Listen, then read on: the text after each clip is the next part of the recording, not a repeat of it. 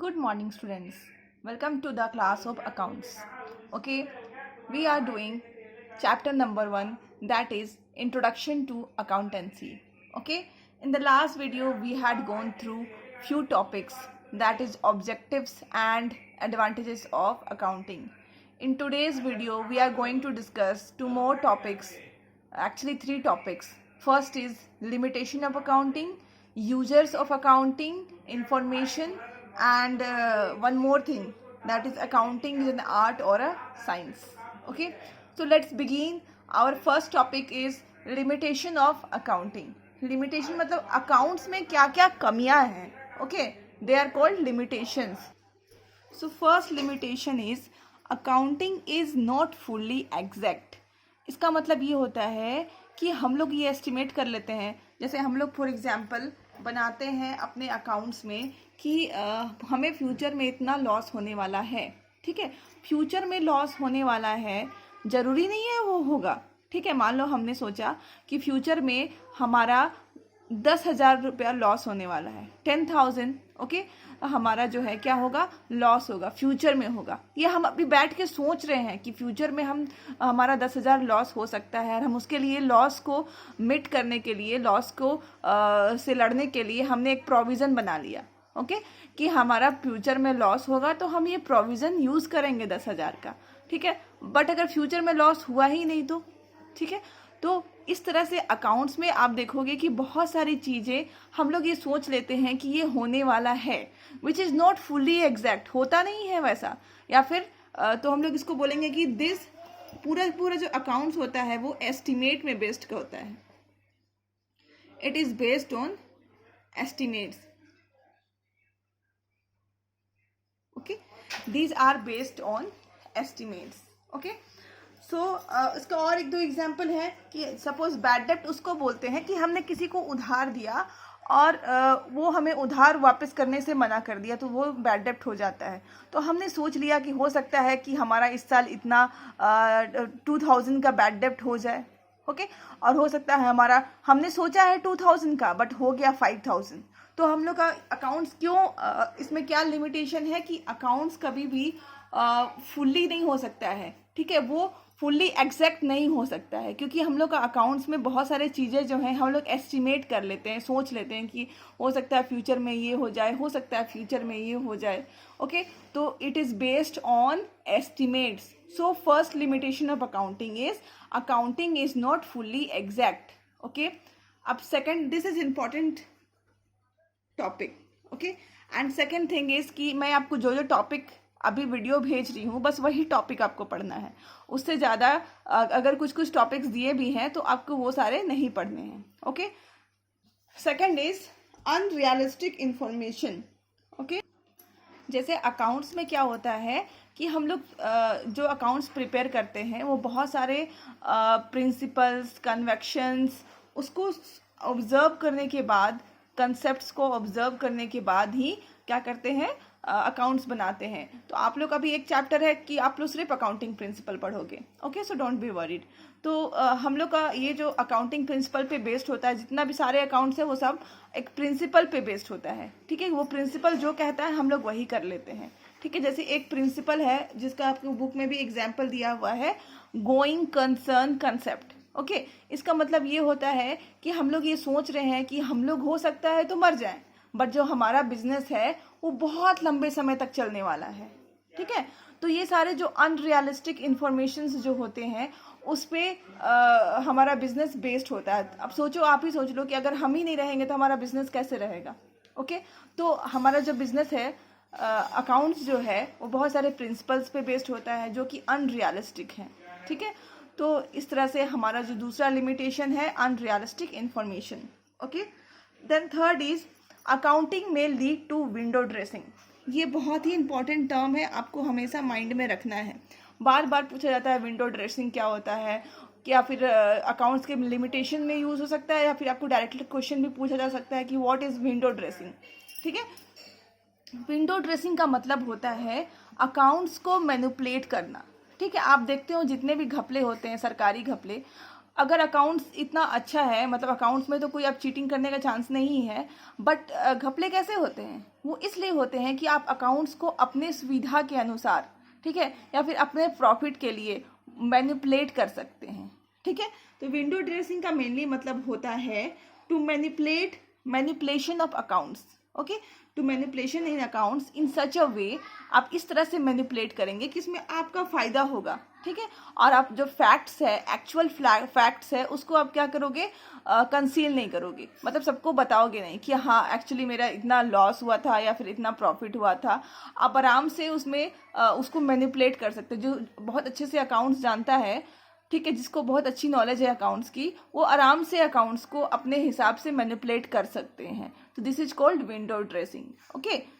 तो अकाउंट्स की third limitation है कि अकाउंट्स में lead to window dressing. Window dressing भी अकाउंट्स में कर सकते हैं, उसको मैनिपुलेट कर सकते हैं अपने हिसाब से, और लोगों को रॉन्ग इन्फॉर्मेशन भी हम लोग दे सकते हैं। सपोज किसी इंसान को बैंक से लोन चाहिए, ठीक है, अब बैंक से लोन चाहिए तो उसको क्या होना चाहिए, उसके बैलेंस शीट को इस तरह से होना चाहिए, उसके अकाउंट्स को इस तरह से होना चाहिए कि वो हर साल प्रॉफिट अर्न कर रहा हो, ठीक है।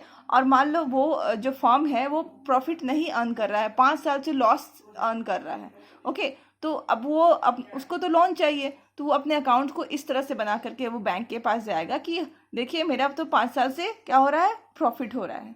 तो ये है कि अकाउंट्स का, जिसको अकाउंट्स की नॉलेज है वो अकाउंट्स को आराम से मैनिपुलेट कर सकता है। तो this is called window dressing, okay. Now fourth is it ignores price level changes. Price level changes का मतलब ये होता है कि मान लो मैंने एक लैंड खरीदा, ठीक है, लैंड का दाम 10 लाख रुपया था, ठीक है, 10 लाख रुपीस का लैंड था, मैंने एक लैंड खरीद लिया। अब लैंड का जो वैल्यू है, ठीक है, हम अपने जब अकाउंट्स बनाएंगे तो लैंड का वैल्यू जो है हमेशा 10 लाख लिखेंगे, हमेशा लैंड का वैल्यू कितना लिखेंगे, 10 लाख लिखेंगे, ओके। जब भी अकाउंट्स, भले हमारा लैंड खरीदा हुआ 10 साल हो जाए, ठीक है, लैंड खरीदा हुआ हमें 10 साल बीत गया तो भी हम अपने बुक्स में लिख रहे हैं 10 लाख का लैंड है। आप बताओ, जब भी हम लैंड खरीदते हैं या फिर बिल्डिंग खरीदते हैं, ये हमारी ऐसी असेट्स है जिसका तो आप बोलो तो 1 साल में ही रेट बढ़ जाती है, 1 साल क्या 6 मंथ्स में ही इसका रेट बढ़ जाता है, इसका मार्केट वैल्यू कुछ और होता है, ओके। बट हमारा जो अकाउंट्स में जो प्रिंसिपल है वो कहता है कि हमने जिस वैल्यू में लैंड खरीदा है या फिर जो भी एसेट्स जिस वैल्यू में खरीदा है, हमें बुक्स में उसी वैल्यू में लिखना है, ओके। तो हमें इस प्रिंसिपल को फॉलो करना पड़ता है। तो इस प्रिंसिपल के हिसाब से जो भी प्राइस लेवल में चेंजेस हो रही हैं वो हम अकाउंट्स में नहीं लिख देते, हमें इग्नोर करना पड़ता है उसको। क्यों? क्योंकि ऐसा प्रिंसिपल है, हमें प्रिंसिपल को फॉलो करके अकाउंट बनाना है। तो अगर देखो अब ये लैंड खरीदा गया है तो इसकी मार्केट वैल्यू तो बहुत ज़्यादा होगी, जब ये 10 लाख में खरीदा गया था तो हम लोग वो वैल्यू अपने बुक्स में नहीं लिख सकते हैं, हम लोग इसका ओरिजिनल वैल्यू ही लिखेंगे हमेशा। तो इस तरह से अकाउंट्स का एक और लिमिटेशन ये है कि ये इग्नोर कर देता है प्राइस लेवल चेंजेस को, okay. Now fifth is it ignores qualitative expect. Qualitative expect मतलब ये होता है कि आप देख लो, कोई भी फर्म तभी सक्सेसफुल होता है जबकि उसमें उसकी जो वर्कर्स है उसमें अच्छी क्वालिटीज़ हो, ओके, अच्छी क्वालिटीज़ हो, हार्ड वर्किंग होते हैं, इफ़िशिएंट स्टाफ होते हैं। किसी भी ऑर्गेनाइजेशन में अच्छे स्टाफ नहीं होंगे तो कभी वो ऑर्गेनाइजेशन सक्सेसफुल हो ही नहीं सकता है। जैसे कोई स्कूल हो अगर वहाँ अच्छे टीचर्स नहीं होंगे तो कोई भी बच्चा सक्सेसफुल नहीं हो पाएगा। इन द सेम वे कोई भी फर्म में अगर अच्छे वर्कर्स नहीं होंगे तो वो फर्म सक्सेसफुल नहीं हो पाएगा। बट हमारा जो अकाउंट्स है वो कभी भी किसी वर्कर का क्वालिटी को मेजर नहीं करता है, रिकॉर्ड नहीं करता है अपने बुक्स ऑफ अकाउंट्स में। वो सिर्फ क्वांटिटेटिव एस्पेक्ट को लिखता है, मतलब ऐसे चीज़ों को लिखता है जो कि हम मनी के टर्म्स में एक्सप्रेस कर सकते हैं, ओके। जो हमारा मान लो हमारा जो स्टाफ है उसका क्वालिटीज़ बहुत अच्छी हैं, ठीक है, बट वो हमारा अकाउंट्स उसको मेज़र नहीं करेगा, उसको अपने बुक्स में नहीं लिखेगा। अगर अच्छी स्टाफ्स वहाँ पे वर्क करना छोड़ देंगे तो प्रॉफिट अर्न करेगा ही नहीं फर्म। बट ये चीज़ें इंपॉर्टेंट होते हुए भी अकाउंट्स में नहीं लिख सकते हैं। क्यों? क्योंकि अकाउंट्स में वैसी चीज़ों को ही रिकॉर्ड करना है जिसको मनी के टर्म्स में हम एक्सप्रेस कर सके, मेज़र कर सके, okay.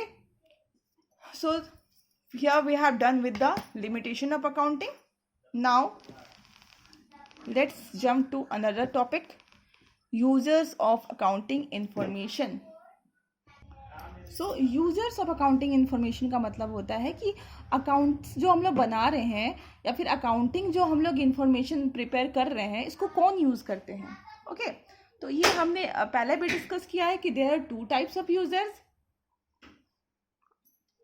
Internal user and external users. Okay, तो जो अगर हमारा फॉर्म है, मान लो ये फॉर्म है, तो फॉर्म के अंदर के लोग अगर यूज कर रहे हैं तो उसको बोलते हैं इंटरनल यूजर. अगर फॉर्म के बाहर के लोग यूज कर रहे हैं तो उसको बोलते हैं एक्सटर्नल यूजर. ओके, तो ये देखो ऑनर है. सबसे पहले ऑनर्स किसको बोलते हैं? जो कि फॉर्म के बिजनेस, जो हमारा जो फॉर्म है या फिर हमारा जो बिजनेस है, उसके मालिक को हम लोग क्या बोलते हैं? ऑनर बोलते हैं.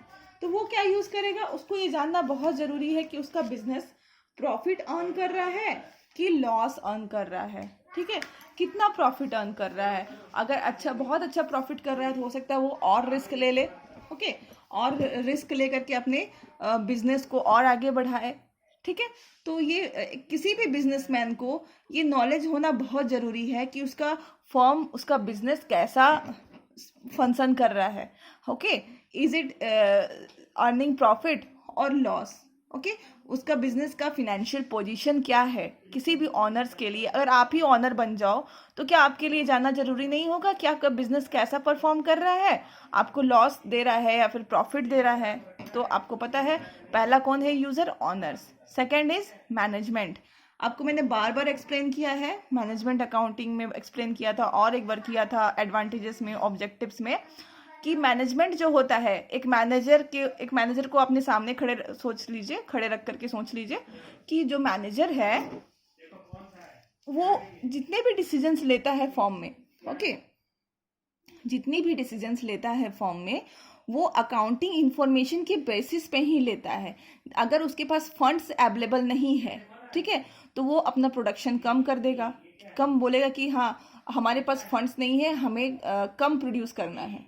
ओके, या फिर जितने भी क्विक डिसीजंस हैं, ठीक है, या तो फिर गुड्स का कॉस्ट कितना रखना है, सेलिंग प्राइस क्या है, all these things are done by going through the accounting information. उनको अकाउंटिंग इंफॉर्मेशन देखने के बाद ही सारा क्रूशियल डिसीजंस लेते हैं. ओके, एंड थर्ड नंबर पे आते हैं एम्प्लॉयज़ एंड वर्कर्स. एम्प्लॉयज़ उसको बोलते हैं जो कि किसी भी फर्म के अंदर काम कर रहे हैं, एंड वर्कर्स और नीचे लेवल में जो काम करते हैं उसको वर्कर्स बोलते हैं. एम्प्लॉयज़ को सैलरीज मिलती है, वर्कर को वेज मिलता है, बस यही डिफरेंस है दोनों में. जो लोअर लेवल पे काम करते हैं उसको वर्कर्स बोलते हैं, जो थोड़ा हायर लेवल पे काम करते हैं उसको एम्प्लॉयज़ बोलते हैं. तो एम्प्लॉयज़ भी बहुत इंटरेस्टेड होते हैं अकाउंटिंग इन्फॉर्मेशन को जानने के लिए. क्यों? क्योंकि अगर मान लो लॉस हो रहा हो तो उन्हें कभी भी बोनस नहीं मिलेगा.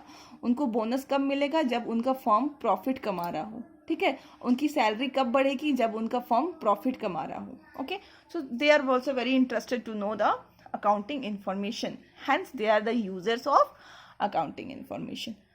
अब हमारे देख लेते हैं एक्सटर्नल यूजर्स कौन कौन है. Banks and financial institutions. देखो, जब भी कोई बिजनेस को फंड की रिक्वायरमेंट होती है, मतलब पैसे की रिक्वायरमेंट होती है, तब वो क्या करते हैं? बैंक्स के पास जाते हैं और बोलते हैं कि हमें कुछ पैसा दे दीजिए. ठीक है, या तो फिर कैपिटल के लिए हमें पैसा चाहिए, या फिर कोई असेट्स खरीदने के लिए पैसा चाहिए. ओके, मशीन्स खरीदने के लिए पैसा चाहिए, लैंड बिल्डिंग खरीदने के लिए पैसा चाहिए. तो वो कहाँ से जाते हैं? बैंक्स के पास जाते हैं या फिर कोई और अदर फिनेंशियल इंस्टीट्यूशंस के पास जाते हैं. तो वो लोग मनी लेंड करने से पहले या फिर पैसा देने से पहले उनके बैलेंस शीट को देखते हैं, उनके अकाउंट्स को देखते हैं कि उनका कैसा फॉर्म है, क्या वो प्रॉफिट अर्न कर रही है या फिर वो लगातार लॉस में जा रही है. ओके, ये सारे कुछ देखने के बाद ही उनको लोन प्रोवाइड कराते हैं. ओके, क्रेडिटर्स को बोलते हैं लेनदार. ठीक है, जहाँ से हमें अगर बैंक से पैसा लेने से, बैंक हमें अगर पैसा देने से इनकार कर दे तो हमें किसी ना किसी से तो पैसा लेना होगा. तो दे आर कॉल्ड क्रेडिटर्स. ये हमें क्या करते हैं? पैसा लेंड करते हैं, मतलब पैसा देते हैं। हमें जब ज़रूरत पड़ती है मनी की, तब फिनेंस की ज़रूरत पड़ती है बिजनेस में, तो ये बिजनेसमैन को पैसा देते हैं at a certain rate of interest. Okay, तो इन्हें भी देखना है कि हमारा अकाउंट्स कैसा है, क्योंकि अकाउंट से ही पता चलता है कि हमारा बिजनेस कैसा परफॉर्म कर रहा है। ओके, तो ये ताकि अगर मान लो खराब परफॉर्म कर रहा होगा तो ये हमें पैसा नहीं देंगे, इनकार कर देंगे। ओके, और अच्छा परफॉर्म कर रहा होगा तो ये हमें ज़रूर पैसा देंगे। Then next is government. Okay, government भी देखती है कि बिजनेस कैसा परफॉर्म कर रही है, लॉस में जा रही है या फिर प्रॉफिट अर्न कर रही है, क्योंकि जो इनको इनकम टैक्स मिलती है, ठीक है, इनकम टैक्स मिलती है, तो उसके लिए जो बिजनेस की प्रॉफिट होती है उसी के ऊपर इनकम टैक्स लगाई जाती है। तो ये देखना बहुत ज़रूरी होता है कि फर्म कितना प्रॉफिट अर्न कर रही है, ताकि गवर्नमेंट अपना टैक्स ले सके उनसे। Okay, next is investors and potential investors. ठीक है, इसका मतलब ये होता है कि कुछ लोग के पास बहुत ज़्यादा पैसा होता है, या फिर आप बोल सकते हो सरप्लस फंड होता है, और उस फंड को वो किसी बिजनेस में लगाना चाहते हैं। तो वो लगाने से पहले अकाउंट्स देखेंगे कि हाँ, ये बिजनेस इसमें लगाना सही होगा या नहीं होगा। ओके, तो वो अकाउंट्स देख करके डिसाइड करते हैं कि उन्हें अपना पैसा कहाँ लगाना है, कौन से बिजनेस में लगाना है। Okay, so for them also the accounting information is very essential. अब हमारा नेक्स्ट टॉपिक है, ये देखिए,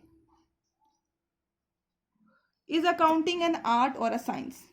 ठीक है, क्या अकाउंट्स एक आर्ट है या फिर साइंस है? तो आंसर है अकाउंट्स आर्ट भी है और साइंस भी है। It is both art, an art और अ साइंस। ओके, अब ये आर्ट इसीलिए है कि आप अभी आगे की जितनी भी चैप्टर्स पढ़ोगे, अभी तो आपका थ्योरी चैप्टर चल रहा है, अभी लगातार आई थिंक 2-3 थ्योरी चैप्टर ही चलेंगे। उसके बाद जो है आपको पूरा का पूरा फॉर्मेट ड्रॉ करना पड़ेगा। किससे? With the help of scale से ड्रॉ करना पड़ेगा नीटली, एंड आपको अच्छे से मेंटेन करना पड़ेगा, रिकॉर्ड करना पड़ेगा। आपको सीखना पड़ेगा कि कैसे अकाउंट्स को रिकॉर्ड की जाती है। तो ये जो आप ड्रॉ कर रहे हैं, तो this is a part of art. Systematic way में आप जो प्रेजेंट कर रहे हैं ये आर्ट है। ठीक है, इसलिए अकाउंट्स को आर्ट बोलते हैं। और साइंस इसीलिए है कि आप अपने मन से कुछ भी रिकॉर्ड नहीं कर सकते। आपको रिकॉर्ड करने के लिए एक प्रिंसिपल को, मैं अभी प्रिंसिपल की बात कर ही रही थी कि प्रिंसिपल को ऑब्जर्व करना पड़ेगा। एक प्रिंसिपल, सारे अकाउंटिंग प्रिंसिपल को जानना पड़ेगा और उसी के अकॉर्डिंगली आपको सारा कुछ मेजर करना पड़ेगा।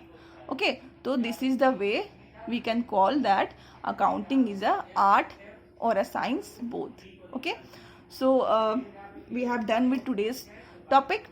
Okay, so I'm ending the video here only. I hope you understood the topics which I discussed today. So stay safe and keep studying. Thank you.